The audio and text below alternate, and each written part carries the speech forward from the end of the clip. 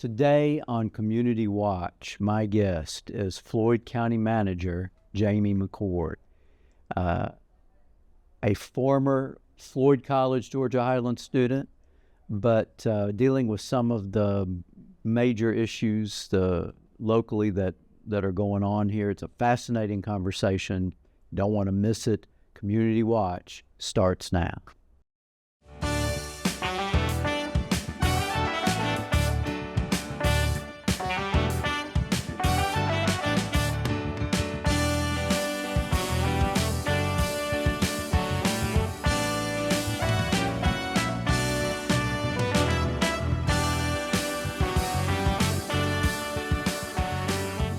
Welcome to Community Watch. I am honored to have with me today in the studio Floyd County Manager, Jamie McCord. Welcome, and thank you for being here. No, I'm glad to be here. Great. I don't know how many people realize that you were at one time a student at Georgia Highlands before it was Georgia Highlands. I was. So I want to talk about that first. I know we have a few other things we can get into, but let's talk a little bit about your Floyd College experience. Well, graduated high school in 87. I went to the University of Alabama for 87 and 88. I realized pretty quickly I was trying to be a student athlete and wasn't really good at either one of them. But did do okay and decided to come back home and reset and went to, at that time, Floyd College in the fall of 88 through the spring. And this was the quarter system at that time, had the 3 quarters versus the 2 semesters. So, and just kind of reset my career goals and tried to figure out where I was headed. So, but fun times, reunited with my high school girlfriend, and we're married to this day, 28 years. So Georgia Highlands / Floyd College could get the credit Absolutely for your successful romance. Absolutely, and I way overdid it. She's got bad eyesight, so she's awesome. Well, quarter system. Now I don't know if you have comparisons to make with that. I do. Prefer semester. I like the pace of the 15 weeks versus the 10 weeks, personally. Yeah. It can get quick. It does get quick. It's just a lot of material to cover. Yeah. You know, they've created now within the semester some 8-week sessions. Mm-hmm. So students who, and they don't call it the quarter system, it's still semesters. Yeah. But that 8-week session is very similar to what quarter systems were. So you really almost have a choice now. Yeah. You didn't then. So other than putting you in a position to get married, your choice worked out well for you. It did. It was a good time for me to kind of focus on nothing but school, no athletics involved. I was trying to be a baseball player, and I was okay, but I wasn't at that level, nor did I want to continue. I wanted to be an engineer, and I wanted to take the classes it took to be an engineer, and that's very difficult to do back then with the rigor of being a student athlete. So it got me back and got me refocused and led me to Southern Polytechnic or Southern Tech in a year, and ended up with a civil engineering degree from there, and I think it's worked out pretty well.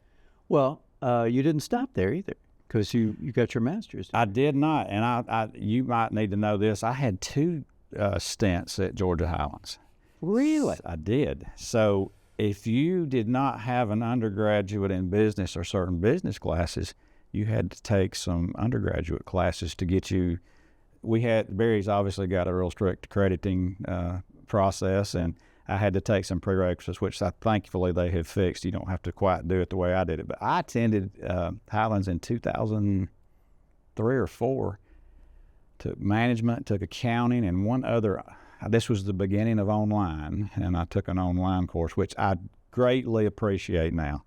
It helped me at my age to be able to communicate digitally. Doing a group project in an online setting at that time was revolutionary and not a lot of fun, but taught me a ton and how to communicate digitally with no phone calls or no face-to-face. So, but I was probably 35 sitting in there with 18, 19-year-olds. And now, what prompted you to go after, was it MBA? MBA. At Berry. I saw management was there. I was in the management field at that time. I was actually the assistant public works director and would eventually become public works director, but really was just kind of moving toward management of people and skills, and it was the right thing. Kind of smoothed me out a little bit. I was pretty technical prior to that, and I needed some smoothing. Certainly works well now. Yeah. A master's in engineering would be not worth much in what I'm doing now. So there's not a lot of engineers actually in city and county management. I'm sure that has helped you in at least understanding proposals and talking to folks. Clearly. It's a lot easier to, I guess, learn the soft skills than it is learn the hard skills. So yes, it truly helps, especially water and sewer and transportation projects, bridges, surveying. Yeah, it makes it a lot easier. I would think folks would be less likely to try and sneak something by you. Yeah. Well, and the best part about engineering is there's actually a solution. Most of my problems as a county manager, there's really not a solution. It's just, what's the least of your problem, I guess. But yeah, there's actually a physical final answer in an engineering problem. So I miss that a little bit. Yeah. Well, I'm glad that Georgia Highlands and Floyd College were both there for you when you needed them, and I appreciate too your situation, because it shows that although we are degree granting both on the associate level and now on the bachelor's level, it's also there for folks who just need a few courses to get from place to place. Yeah, at two different periods. Yeah. So it was a great experience. Had a great time after Alabama, and it was more business at the time. I listened a lot better the second go around. It seemed to come a little easier. Yeah. Which that's just, I guess, age and other things. All right, so let's talk a little bit about your journey to county manager, because that's not like a career that typically people want to be when they grow up. I want to grow up. I want to be county manager. Very good point. It kind of chooses you, really. So again, I finished at Southern Tech. Went to a job fair the day before graduation, got an offer on the spot from Georgia DOT. It said, you'll either be in Macon or Griffin. I ended up in Griffin, ended up in Middle Georgia for about 2.5 years, and then transferred. I was in the construction division there, working on construction projects, which was a great experience. Fortunately or unfortunately, got to experience the floods of '94 down in Macon. Not a good thing for Macon, but was a great thing for my career and my experience. I got a lot of accelerated experience just to the nature of the amount of work that was going on at the time, and I got some good experience. So then moved into materials and research in 95 through 98, which I enjoyed that as well. I was the state expert on asphalt at one time. Really? I would know way too much about asphalt.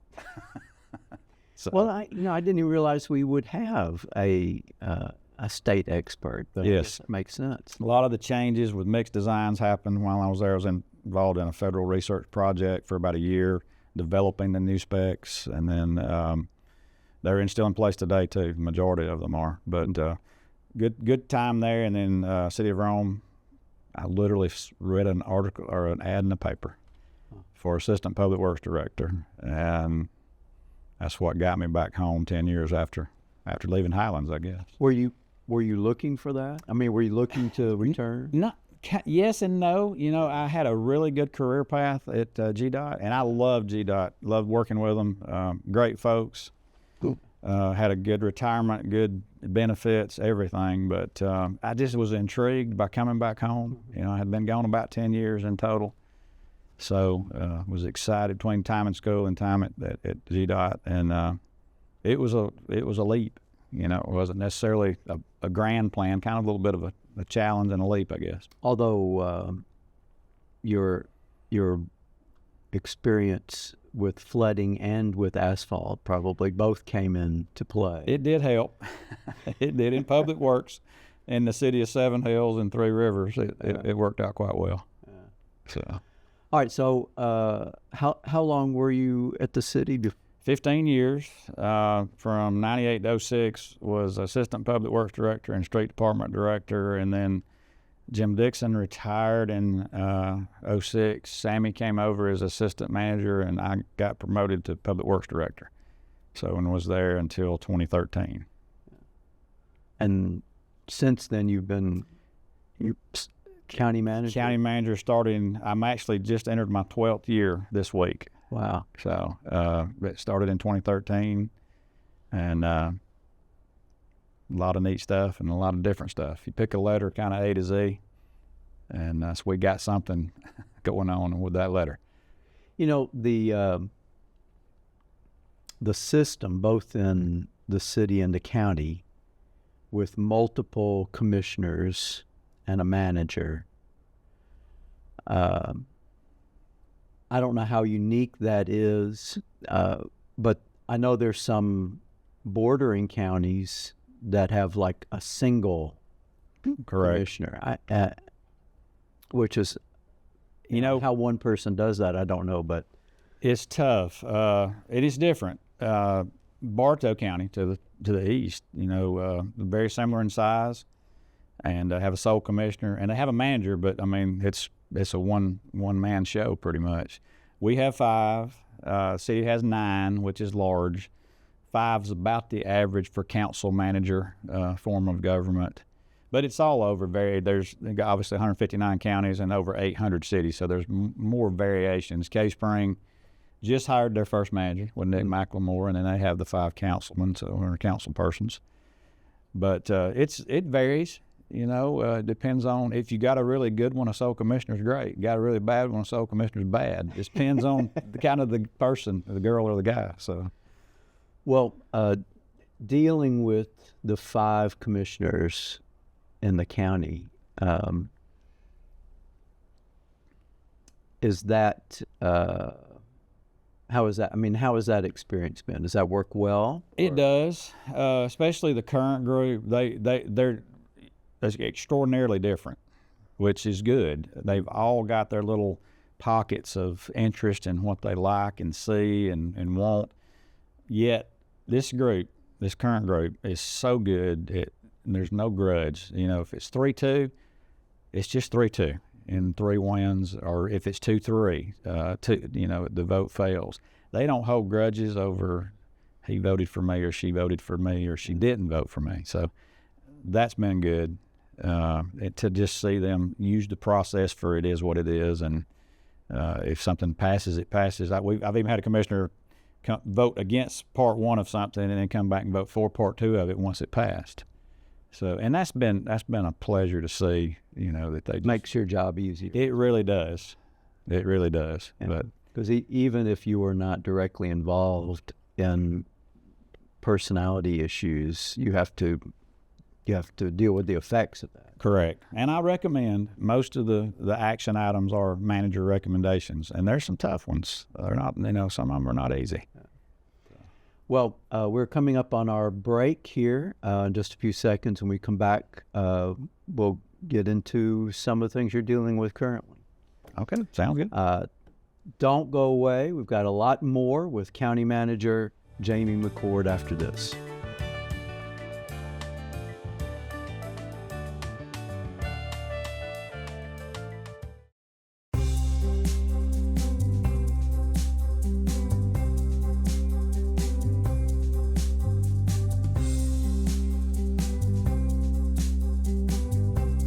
most affordable bachelor's degree in Northwest Georgia is right here at Georgia Highlands College. High quality and career focused. That's what you can expect at GHC. Apply today at highlands.edu.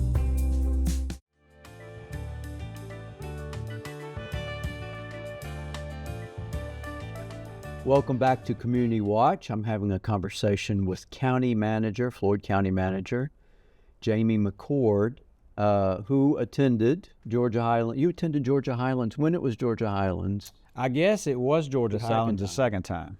So you attended both Floyd College and Georgia Highlands? That might be I a don't record. know anyone else offhand. I'm sure there are people out there. Could be, especially during the transition year. But that far apart, 88 to 04, I guess. Well, that's great. Well, you have been county manager for a dozen years. And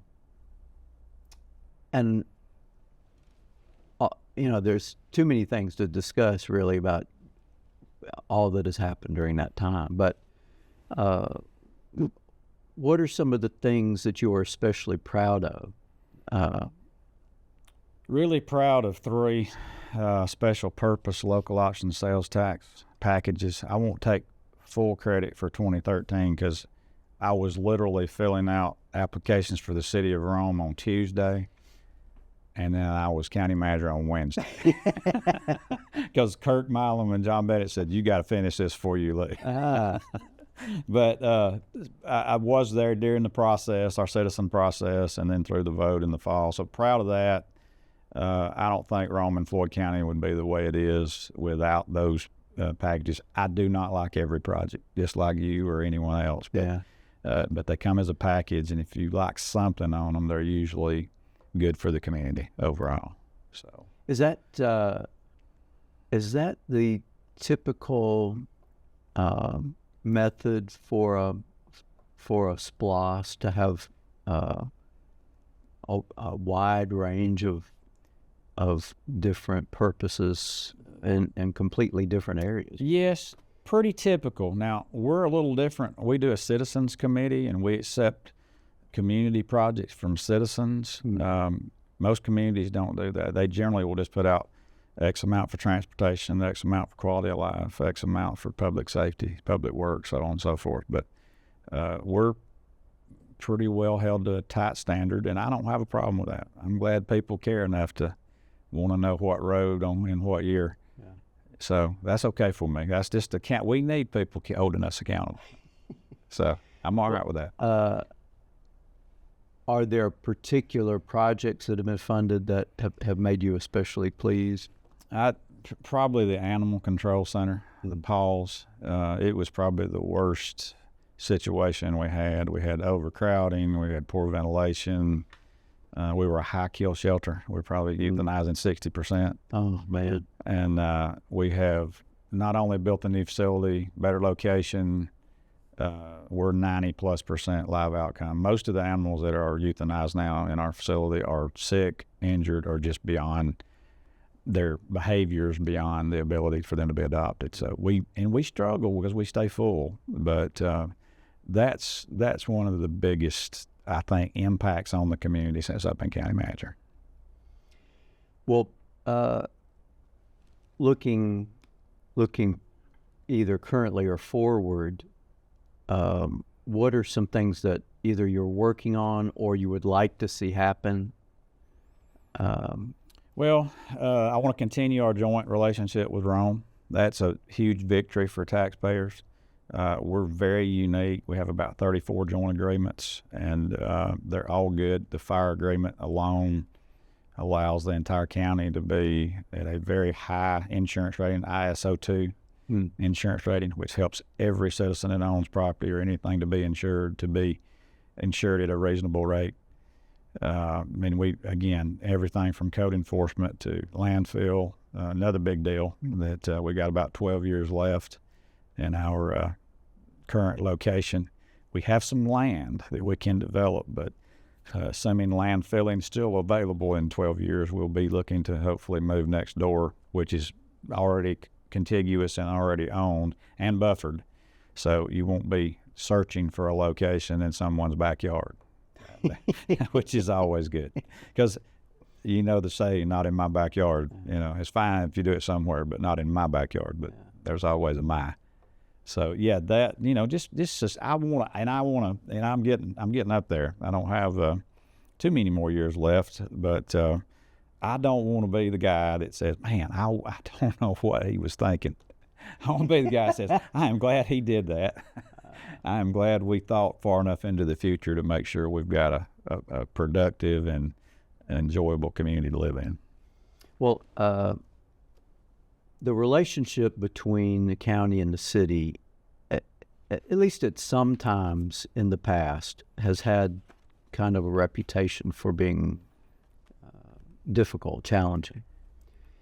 I don't know how true that is, but how do you see it? Well, in our little bubble here, yes, a little bit contentious at times. But if you'll get outside the bubble, we were talking about this morning with Chair Allison Waters. We go to our statewide meetings. I know Sammy, and keep in mind, Sammy was assistant county manager before he became assistant city manager, and I was public works director before becoming county manager. So there's really not any secrets between us. I kind of know what they do.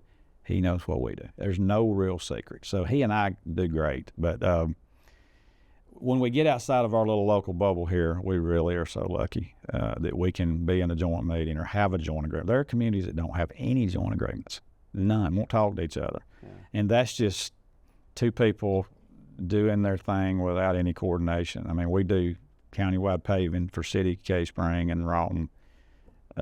You know, there's just a lot of good things that we do jointly, and I want that to continue. I think the citizens win.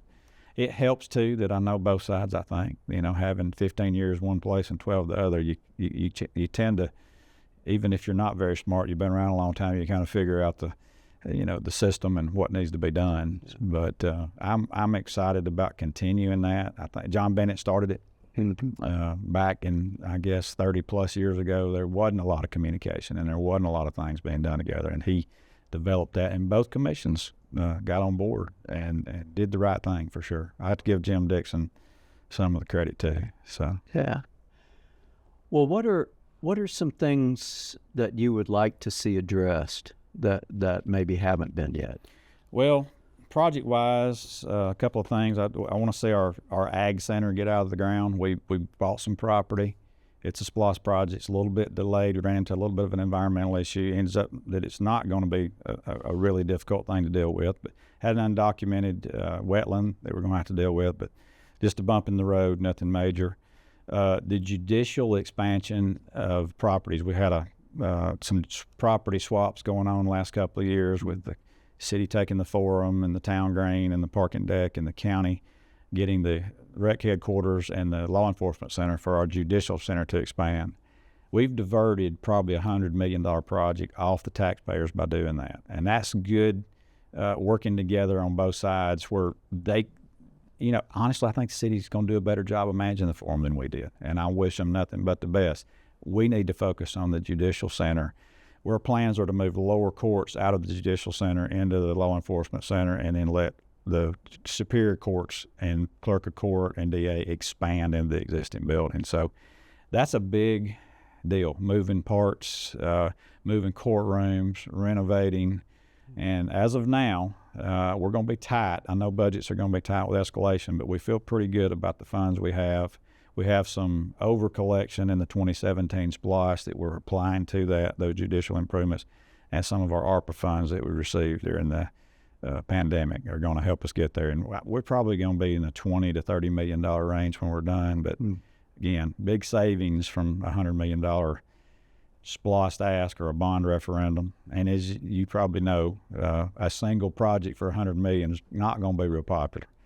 You know, it's kind of yes, no, but it's desperately needed. It was needed before. We were actually working on this before the pandemic. And then you can imagine the overcrowding during the pandemic and trying to keep courts moving. I also want to compliment the judicial folks. We are not behind. We are on schedule. There are circuits in the state that are still months behind on coming out of the delays that were part of the pandemic. All right. Now, from just looking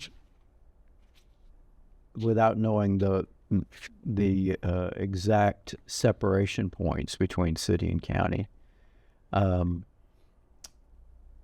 wondering if issues like infrastructure are going to be impacted with all of the new housing projects going up, and is that something that the city and county work on together, or? It is. We're currently revamping our ULDC.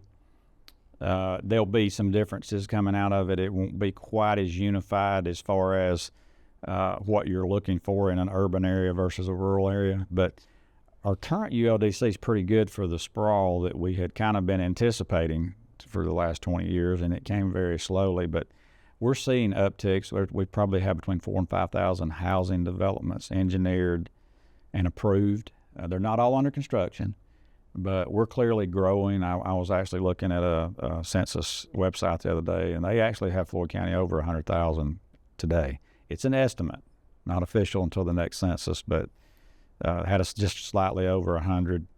We were at like 99.6 last year. So yes, but we need to manage our growth. We've got good infrastructure. We've got good water supply. We need some unincorporated sewer. That would be a big area for us to grow in. And we need to protect our natural resources, but we need a couple more bridges, and those are hard to do when you live in these three rivers. Yeah. If you just took all the roads and put yourself on a map and you saw how you had to drive places to get, you never go from point A to point B in a straight line. It's always a zigzag, and it's usually a river crossing that's restricting you. Yeah. So rivers crossings are going to be our future as far as transportation, so we don't turn into the Cobbs and the Paudins and the Gwinnett's. Right. And some days it already seems that way. It does. I promise you, though, if I spent 5 years or 2.5 years in Metro, and we're still not there. It's still good. I was spending an hour and a half a day in my car, and that was one draw to come back home, knowing I had a 10-minute commute. Yeah. So. Well, we only have it's about a minute and a half, I guess. Any other dream projects or changes you'd like to see? Well, we've got some water sources out there. I'd love for everybody in the county to have access to our water system. Mm-hmm. We are working on some sources. We do have a well under, the well's actually drilled, but we're under permitting. We're almost to the end of the permit process, and we'll be working on a treatment process for that. So having everyone have the opportunity to have county water, I think, would be another go. And we are interconnected. We do buy from Calhoun, buy from Adairsville, we buy from Rome. We're Calhoun and Rome's largest customer. So we do have alternate sources where we're not locked into a single. Obviously, our Old Mill Springs down in Cave Springs is the holy water. But and it's really good stuff. We actually make it worse by putting chlorine and fluoride in it and sending it to your house. But that would be probably a big goal, is to have the community have access to our water system. Well, it sounds like a good goal to have. Well, we're about out of time. I appreciate you being here, and hopefully it wasn't so scary that you won't want to come back. Absolutely. I'd love to come back. It's been too long. Yeah. It's been a minute since we've been here, but anytime. All right. Well, thank you so much, County Manager Jamie McCord, for being with us. Thank you for being with us, and we will see you next time on Community Watch.